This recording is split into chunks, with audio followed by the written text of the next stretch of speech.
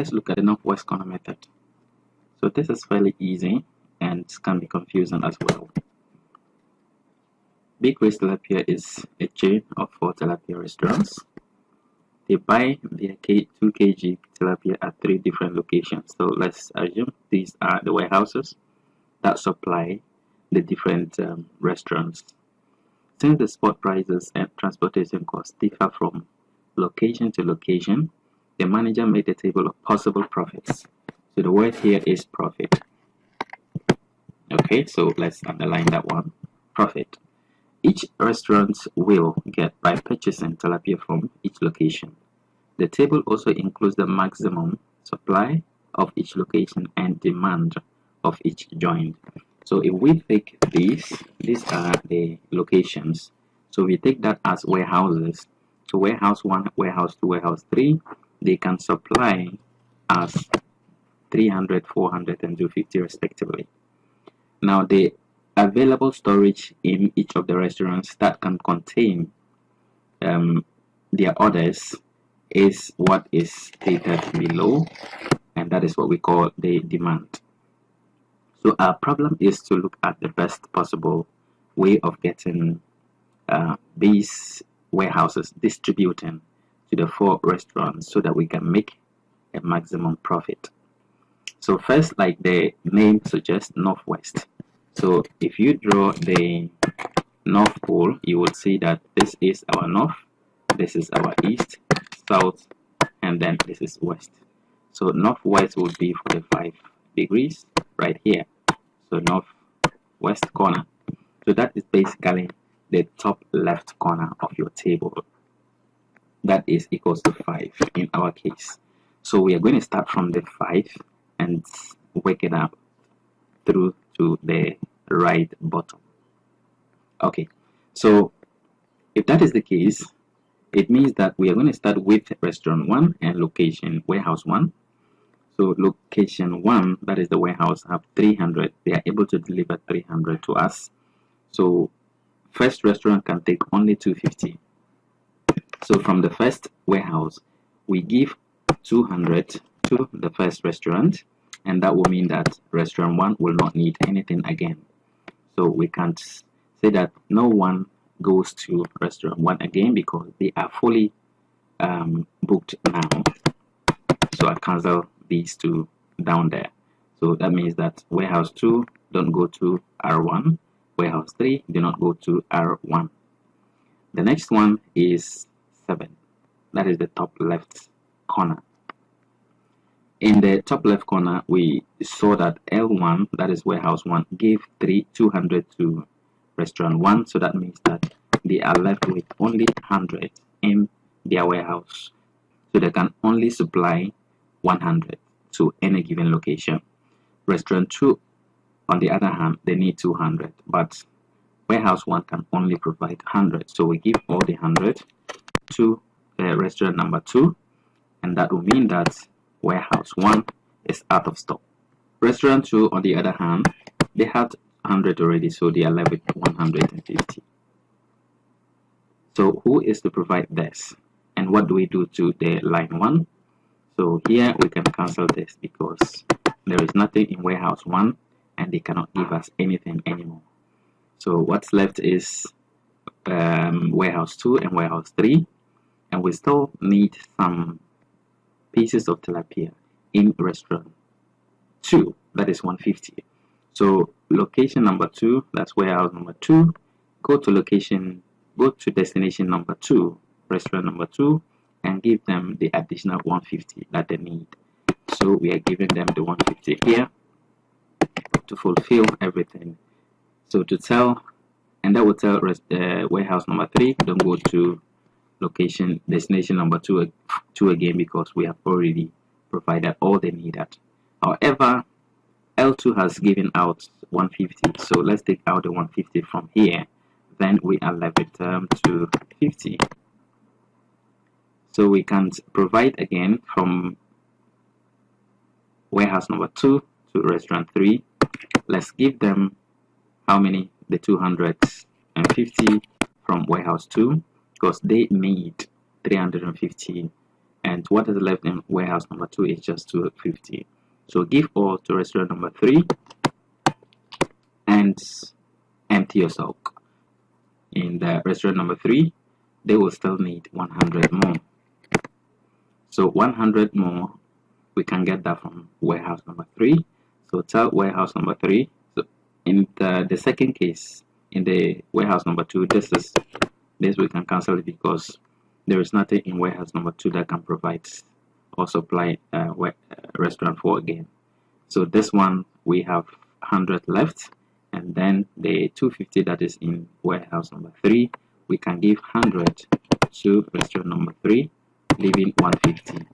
So the 150, that is the exact requirement of restaurant number 4. So give the 150 from warehouse number 3 to restaurant number 4, and that will meet their requirements, and there will be nothing else left in warehouse number 3.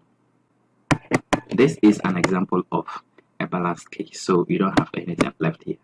So in some cases where you have an unbalanced situation, you can have more supply and the requirements are less, so you will end up finishing the supplies and you still have to send some back to the warehouses because you have met all the requirements, but you still have some surplus left.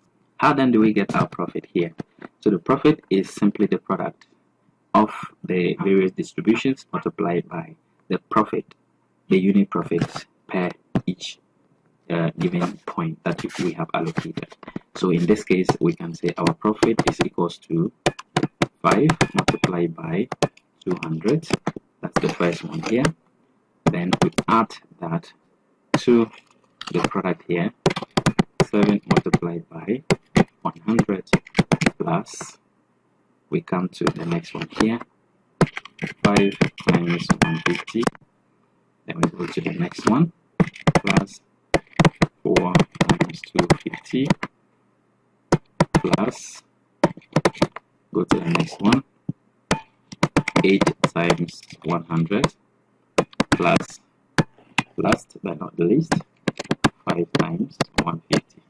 So this is the combination that we have to do to get our profit. Now let's do the calculation and see what we're likely to get. So I'm going to use my calculator, so punch your calculator and let's be sure that we're getting the right answers together. I get 5,000. Okay, so we get a profit of 5,000 Ghana cedis. If we were to use the northwest corner method to place our orders or distribute from warehouse number 1, 2, 3 to the various restaurants, we are looking at the maximum profit, but this time we are looking at where do we have the maximum profit. So looking in the whole table here, we have 8. Okay, so the first one is 8. 8 is more than all the other values that you can see here. So we are going to go to 8 first. Warehouse number 3 is providing 8, but how many are we getting? 200. However, restaurant number 3 needs 350 and not 200. Not a problem. So let's give them the 250 from warehouse number 3, leaving 100. So that means that there is nothing left in warehouse number 3, and warehouse number 3 cannot provide anybody anymore. The next maximum is the 27 that we see. So actually they're all given us the same thing, so there is no problem choosing from any of them. So I'm going to go with the left one. Okay, so the first one to my left. So I have L2 providing R1.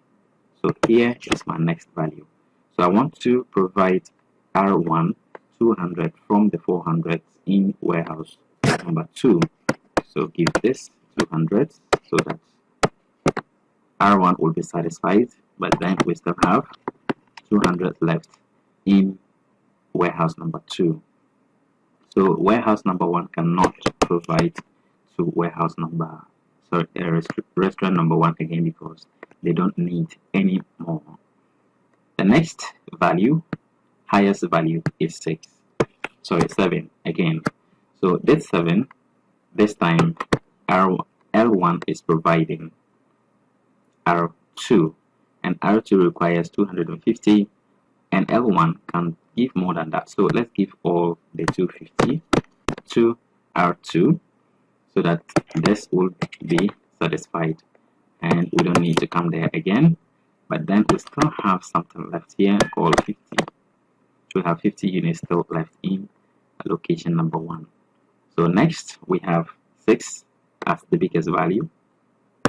Let's take the left biggest value and give the 50 from warehouse number 1, give all to R3 so that that place will be empty. But then we still need 50 from here because they needed 100 more. We are able to provide 50, and this time we are coming to add you the 50. So in this case, warehouse number 1 cannot give again to anybody. So the next biggest value is the our number 5 here, corresponding to warehouse number 2 and restaurant number 4. So what are we giving here? We are giving 150 all to restaurant number 4. They won't need any again, but then warehouse number 2 will still have 50 in stock. That 50, give it to the last point here, which is restaurant number 3. They needed 50 and I have 50, so send it here, and that completes our table. So the same way we are going to calculate our profit by taking the product of all these points that we have provided somewhere. So we're going to have P equals to 7 multiplied by 200 from the first location here.